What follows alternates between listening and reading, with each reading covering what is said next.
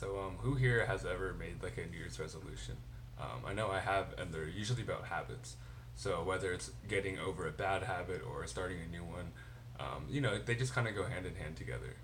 And I don't know about you guys, but I've literally broken mine within like minutes or seconds of making them.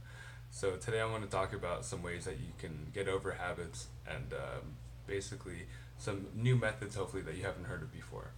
So first, I'm going to be breaking down habits and what they are, and second, I'm going to be talking about the methods that we can use to get over them, and thirdly, we're going to be talking about how these methods work, so we can get like a little better understanding. So first things first, like what is a habit? And a habit is a strong behavior that is repeated over and over, and when repeated so often, such strong behavior, it can often become involuntary. And bad habits can be compared to like the cold or like getting sick.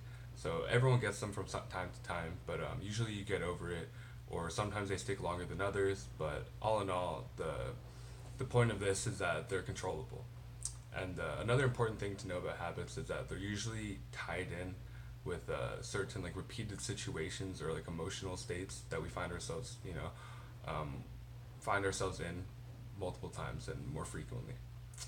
So now that we know what a habit is, let's go over some methods that we can get over them. And these are kind of broad; they're not super specific. I give examples, but they're going to be more schools of thought of different ways you can get over bad habits, and you can kind of take them for what they are. So the first method is replacing the bad habit with a good habit. So that one's pretty self-explanatory.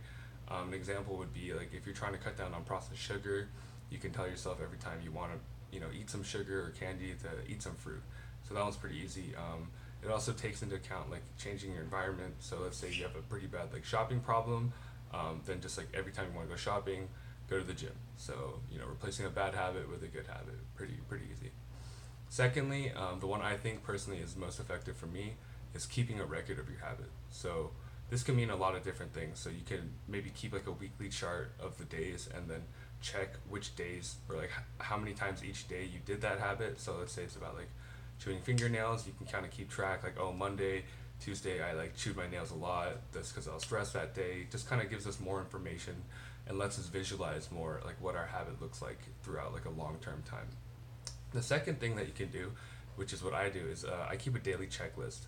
So just three small things every day that I want to do, which is drink a gallon of water, take my multivitamin, and go running.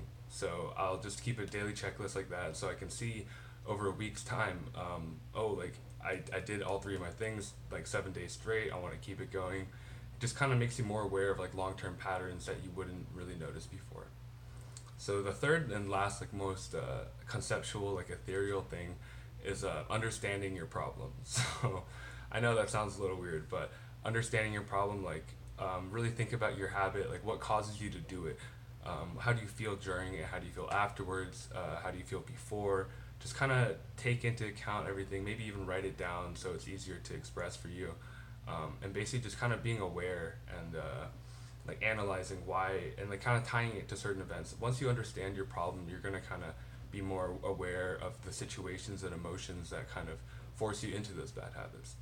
So those are the three schools of thoughts or methods to get over bad habits, and now I'm going to tell you about why they work or how they should work, how they're supposed to work, just so you can kind of understand a little bit more. So replacing the bad habits with the good habits, you're kind of making a baby step. You're not really changing that much. Like, let's say you're still eating at the same time of day. It's still gonna be sweet. It's just gonna be a little easier because it's fruit. You're still doing the activity. You're just changing it up from the good or the bad. Or you're completely removing yourself from the environment. Like I said with the shopping thing, on Saturdays, let's say you usually go shopping, spend a lot of money, and well, on Saturdays, replace that with going to the gym, so you can't spend money. You're at the gym. The second one is keeping record. So keeping record, like noting your progress and noting, just that longitudinal thing. What's so important about it is that you see the pattern. You see, you kind of see the progress really. So you can visualize it more. You can stay more inspired, and it's just about doing the little things each day, getting those little check marks versus maybe like stopping smoking, which is like a really tough thing to do all at once. But you see yourself going 12 days no cigarettes, and you're more motivated. The third one, understanding your problems, a little self-explanatory again, but let's say, for an example, you're trying to cut down on alcohol consumption, right? And you notice that I get really carried away when I'm with friends and social gatherings. So you keep that in mind. You're a little more mindful and aware of it and how you feel, and you're going to, hopefully it's going to help you stop.